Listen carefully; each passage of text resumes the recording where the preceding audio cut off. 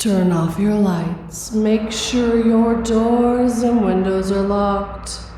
Things are about to get spooky. A Man's Fight by Caging Cryptid. The man fought. The battlefield was almost eerily silent as he swung his sword. The last shadow monster in front of him was hewn in half, disappearing into nothing. He knew it was only gone for now, that it would be back. The shadows always came back. The man knelt. His body was sore, his mind was fuzzy. His sword felt so heavy in his hands. He didn't know how long he had until they came back, but he knew it would never be long enough to recover completely. He looked up to the overcast sky, the sunlight of the day held at bay. He would do anything to just see the bright yellow star again, but the Shadowlands were called that for a reason. The man stood. He turned and began to walk, starting the long trek to his camp. When he arrived, his friends waved him over, inviting him to share their fire and company. A hot meal waited for him to enjoy it, and it was almost enough to forget the horrors he had been through. Almost. The man smiled. The food was amazing, the company even more so. He pushed his battles away, knowing each of his friends were going to have to be fighting similar battles soon. He didn't want them to suffer more because of him. After they ate and drank, eventually everyone retired to their tents, resting apart. The man thought. He was more tired than ever before. As he laid down, he wondered again what these shadows were. Why did they attack? What were they trying to do? What was he protecting by fighting them? His thoughts wandered as he tried to rest. Eventually, he fell asleep. The man woke. His hand shot out, grasping the neck of a shadow monster inside his tent. He destroyed it easily, but his blood and adrenaline flowed freely, bringing him to full wakeness much faster than any coffee could. He stood, knowing it was time again to fight. He gathered his gear and began to walk back to the battlefield. As he crested the last hill, he saw thousands of shadows. Standing together, they looked like a tide of black water. He squared his shoulders and lifted his weapon. His eyes set the resolve, and he charged into the shadow tide, and so the man fought. He let their claws tear at him, his body bearing their scars, his mind pushing the pain aside as he carved through the mass of shadow. He fought as hard as ever, but his resolve was weakened. He had fought just like this for years, decades, and he was tired. After hours of fighting, the man fell. He felt the sharp claws of the shadows cutting and tearing his body, something inside him vanishing as his flesh did. He struggled, but he couldn't get back to his feet. It was too much, too many. He couldn't take it all. The man cried. What was it all for? Why was it him? Why did he have to do this? His body and mind were being torn to shreds, and his despair, his struggles slowing. He heard something from far away, and he felt something inside his chest filled with energy. A horn sounded, and he knew one of his friends had come to his battlefield. The man stood. The power in his chest threatened to overwhelm him, and he used it to push the shadows away and to climb to his feet. He looked to the sound of the horn and saw all of his friends standing on the hill. They had not entered his battle yet. They were waiting. They wouldn't fight his battle for him, only help him. The man nodded. He acknowledged their offer and accepted. They charged in, their prowess smashing the shadows to nothing in front of them. Whenever one took a hit, another would cover, allowing them to recover. They fought to the man, and he joined their formation. Within minutes, the shadows were banished again. The man knelt. He was weakened. His body was heavy. How familiar this felt. How strangely better than before. One of his friends leaned down and slapped the side of his helmet without speaking. The man blinked. His friends shook their head and stood, but the man knew what they meant. None of them truly fought alone. They relied on each other whenever their battles were too much. He had forgotten they were there for him, the same as he would be there for them. The man spoke. Thank you. I don't think deer are supposed to stand like that, whispered Billy. Several yards away, beyond our rifle sights, something wearing a deer's skin stood on two legs, its entrails hanging from a raptured belly, while its dead, glassy eyes watched us as if it had been expecting us all along. Sleep Paralysis by Avid Horizon 5. Quick warning, there is talk of self-harm in this story. So I'm not entirely sure whether it really is what happened or if I just imagined it all in the state I was in back then. But I just wanted to share this story from my childhood, as I still try to figure it out myself and can't decide whether I believe it was something supernatural or not. Just to set things right, English is not my first language, so sorry if the whole thing seems chaotic or not clear enough. Feel free to ask questions for clarification. My childhood was difficult, to say the least. I didn't get to know my mother because she died in labor, and so I was raised by my father, who apparently felt that my mother's passing was my fault and made sure I never forget it. He didn't hit me as such, but was very neglectful and psychologically abusive. He also started drinking at some point when I was still little, and I have no memory of him other than that of a screaming or sobbing mess. Now, after all these years, I feel kinda sorry for him, but I hated his guts back then.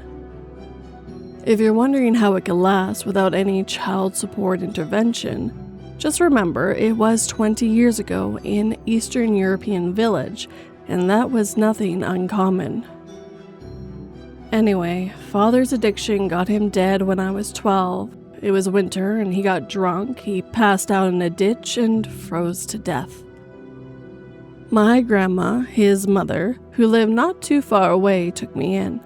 And to any of you who would try to say anything bad about her because she let my father abuse me all those years, don't even try. The woman was an angel, and the only kind person in my childhood. It was just the way of things back then, and people didn't know any better. She was a kind soul and tried so hard to make up to me for all those years of neglect. After 6 months after me moving in with her, the nightmares started. I was dreaming of being trapped in a cold, freezing place. I couldn't see nor hear anything. I just felt this bone-chilling cold. It was so vivid that even after waking up, I'd be shivering and my teeth would chatter, even in the middle of summer. The nightmares were so bad and occurred so often that Grandma finally made a decision to take me to a shrink, which was a very uncommon decision back in those days, as something like that could stigmatize you as a lunatic for the rest of your life. But I couldn't sleep. I didn't want to eat, and she had really no other choice. The doctor's diagnosis was quite obvious: a trauma result from a long period of psychological abuse, and the circumstances of my father's death made my subconscious punish me in the form of dreams. Why punish, you may ask? Well, that's because I felt relief after his death. There's no question about that, and besides, I was 12, so why would I even question his words anyway?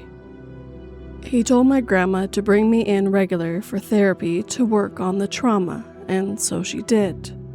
During the session, apart from the regular staff, he told me that I must learn to recognize a dream for what it is, a dream. That way, once this recognition is made, I should be able to take control of the dream and either change it to something pleasant or wake up. I wish he didn't tell me that.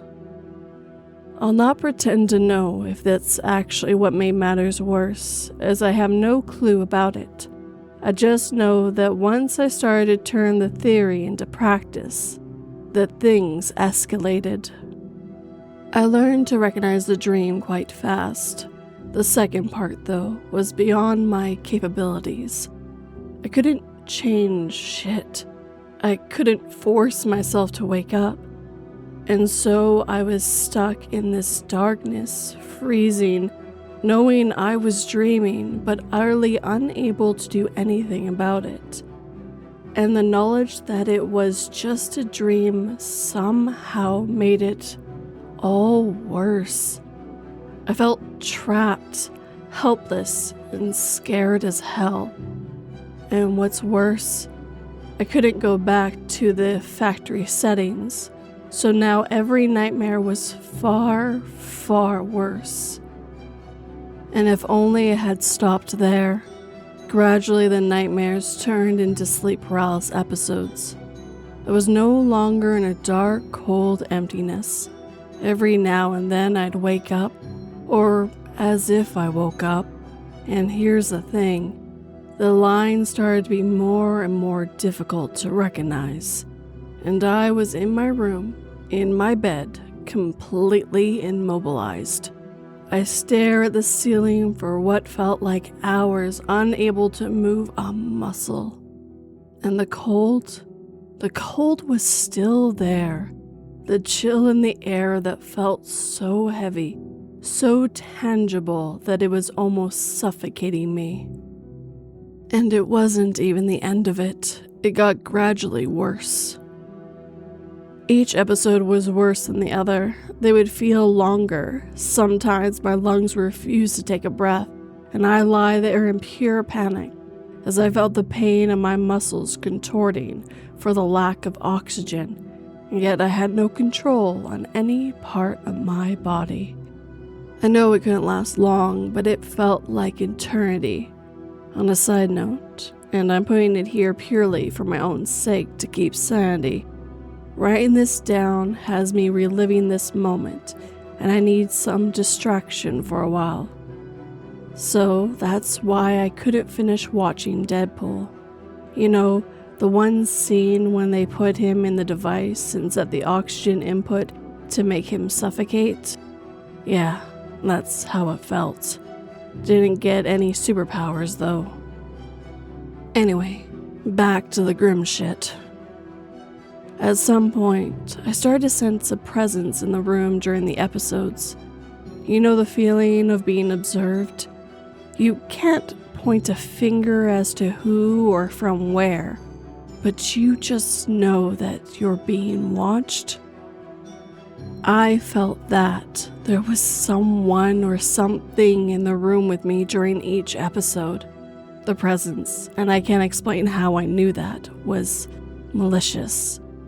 The aura of malice was almost touchable, and I swear I could feel it burning my skin with its hate towards me, and it felt even worse than the cold.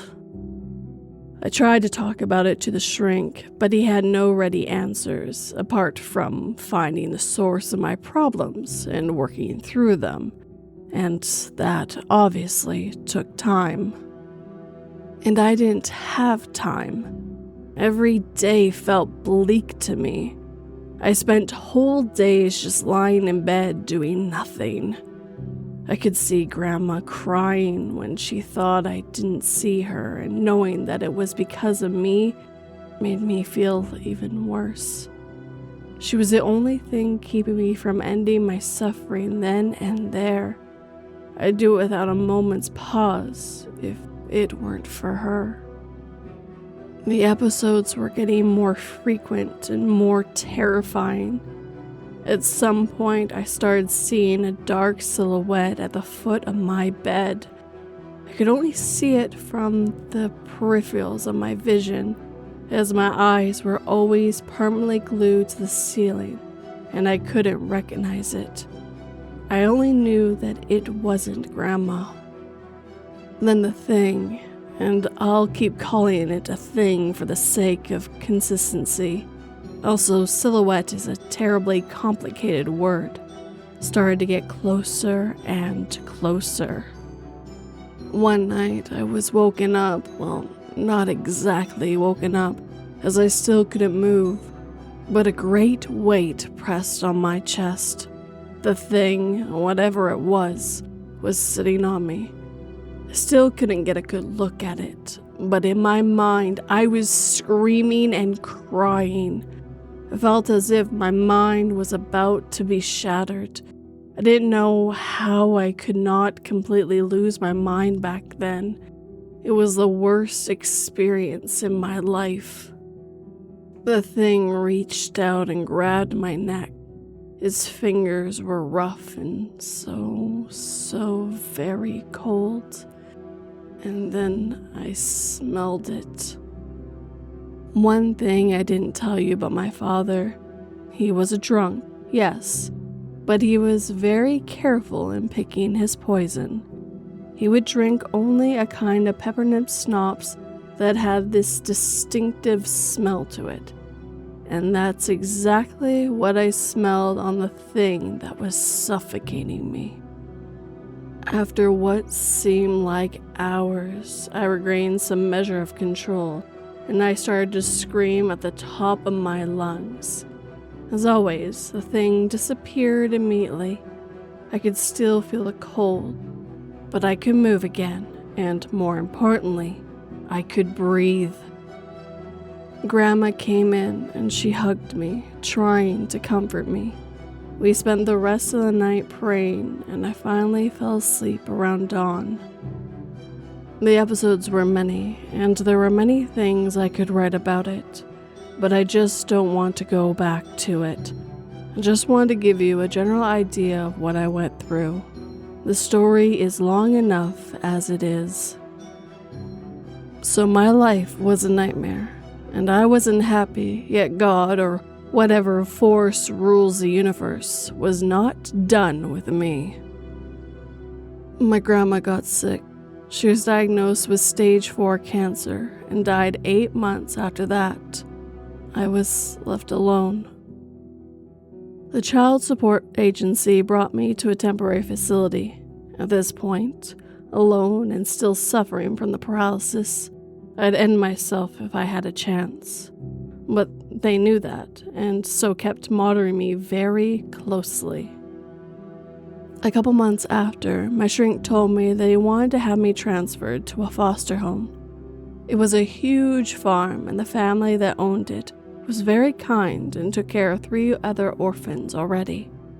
The shrink thought maybe having some work to do, helping on the farm, could help me out, and so he arranged for the transfer. Well, not the best idea he had. The first chance I got, I broke into the drug drawer and swallowed as many pills as I could. I went to my room and waited for it to end. I came to another sleep paralysis episode. The thing was choking me. The smell of peppermint heavy in the air I was able to take in. This time, though, I welcomed it. I felt at ease. I felt life slipping out of me. And then a sudden warmth if a hot breeze came through the window. I felt another presence. This one a total opposite to the thing choking me. I couldn't look at it, but I felt it standing beside me, and then I heard it speak. Oleg, you leave my boy. I swear to God it was my grandma's voice, and Oleg was the name of my father. The presence on my neck lessened, and there came a screech. No human could emit such a high-pitched screech.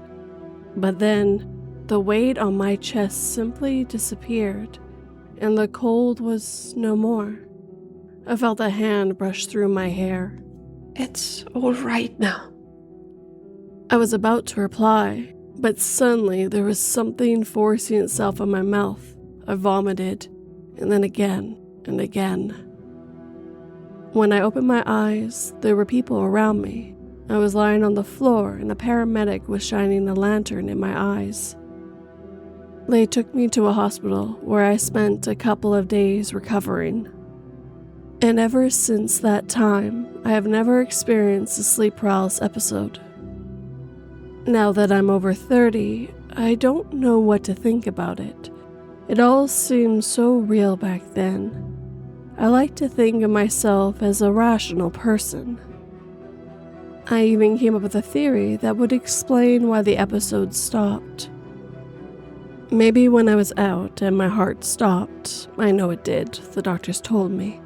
A part of my brain responsible for the episodes was not getting enough oxygen and simply died. It's far-fetched, and I'd be very lucky for that to have happened, but at least it's logical, right? The other explanation? My grandma's spirit saved me from my father's ghost. Every time you die, you must play a game with death to see if you will return to life. No matter how many times I choose to meet him, he just won't stop throwing the game. And with that, our time together is coming to an end. If you have a story you'd like me to narrate, whether true or fictional, you can send it my way 3 different ways. All the links are down below, including the ones to my socials. Tonight, I was joined by 2 lovely people. That last line in the first story was by GenSen himself. And the grandmother in the second story was played by Melissa from The Haunted Tales. Her links will be down below for you guys, so please check her out. But of course, I'd like to thank both of the writers who let me read their stories this evening. The first one had more of a poem feel to me, and the writer told me he was going for an epic poem kind of feel. I definitely get that in the end. The story definitely felt like when you're fighting your own inner demons and forgetting that you surround yourself with people who care about you, and when you're down, they're there to help you pick up the pieces and keep you strong, helping you fight those demons when it just seems like it's never ending. Very well done, GenSen. And then to have your own father, even in death, come back to terrorize you. Can't let you just live your life. Have to make sure that every night is just another nightmare. But a grandmother coming back to help her grandson fix the monster she accidentally created. I really enjoyed the story. And of course, if you enjoyed these stories, hit that like button and make sure it feels it. If you're new, please subscribe and turn that pretty little bell to all notifications. And if you're able to, please hype this video so new people can find it as well. And I would absolutely love a comment. Tell me what you think, what kind of stories you like in the future. I absolutely love reading comments. And if you got this far, put in your comment, I don't think I'm sleeping tonight. If you're listening on the podcast and are able to, please leave a review and a comment. But if you're willing to help this channel and podcast grow, please share it with anyone who might enjoy it. It helps quite a bit. But if you're willing to help in a more financial way, like these lovely people on screen right now, I do have Patreon and memberships where you get early access and a few other bonuses. But if you want to do more of a one-time thing, I do have PayPal, Buy Me a Coffee, and Super Thanks. But as always, guys, thank you for watching and listening. It always has and always will mean the world to me. Sleep tight and don't let 42 bite.